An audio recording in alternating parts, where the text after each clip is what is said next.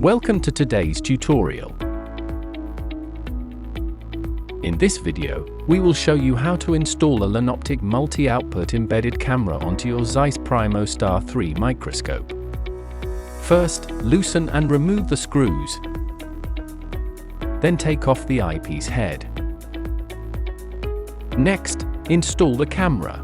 The Lanoptik Multi-output Embedded Camera is designed to fit perfectly with the dovetail mount of the Primostar 3. Insert the camera at the correct angle, slightly inclined, and fit its dovetail mount into the stand. Position the camera horizontally. Turn the camera clockwise to align it with the stand. Then, reinstall the screws removed in step 1 to secure both the camera and the microscope frame. Finally, place the eyepiece head onto the camera and tighten the screws to lock it in position. Now the installation is complete. The camera is powered via a USB cable.